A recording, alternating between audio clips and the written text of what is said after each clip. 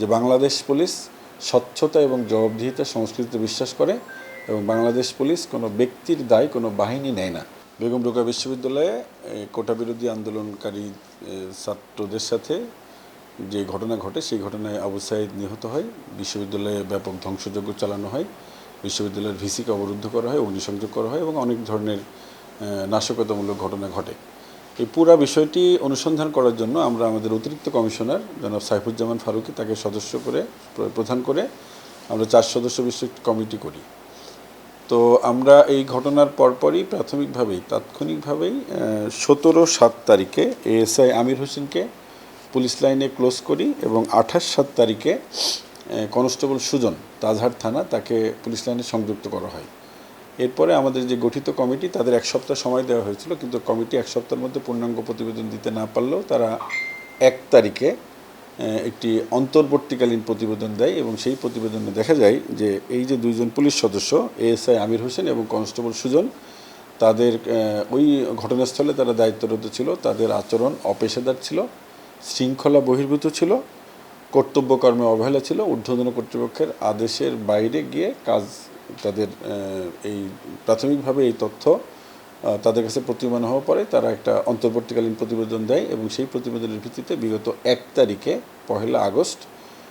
ASI Amir Hossain এবং constable সুজনকে সাময়িক বরখাস্ত করা হয়। পূর্ণাঙ্গ প্রতিবেদন প্রাপ্তি সাপেক্ষে আমাদের আইন ও বিধির আলোকে পরবর্তী ব্যবস্থা গ্রহণ করা হবে। এবং একই সাথে আমি আপনাদেরকে একটু স্মরণ করিয়ে দিতে চাই যে এই ঘটনার পর থেকে আমরা ক্রমাগত গণমাধ্যমকে এবং রংপুরের সর্বস্তরের সাধারণ মানুষকে বলে এসেছি যে বাংলাদেশ পুলিশ স্বচ্ছতা এবং জবাবদিহিতা সংস্কৃতিতে বিশ্বাস করে এবং বাংলাদেশ পুলিশ কোনো ব্যক্তির দায় কোনো বাহিনী নেয় না। যদি আমাদের তদন্তে অনুসন্ধানে যার বিরুদ্ধে যতটুকু আসবে ততটুকু আমরা ব্যবস্থা নিব। আমরা আপনাদের মাধ্যমে আন্দোলনকারী ছাত্র এবং অন্যান্য সকলকে এইটুকু জানাতে চাই অত্যন্ত বিনয়ের সাথে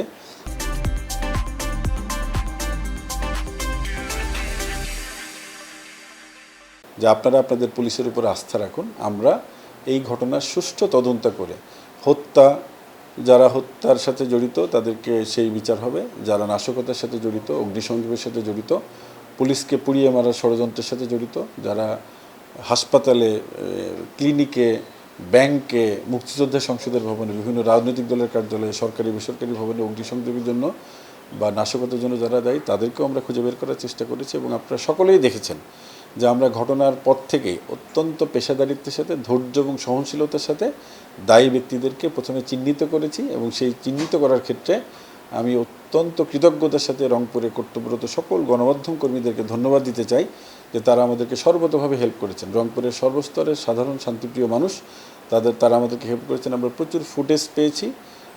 বিভিন্ন জায়গা থেকে সিসিটিভি ফুটেজ সংগ্রহ করেছি এবং অন্যান্য সূত্রে প্রাপ্ত তথ্যের ভিত্তিতে আমরা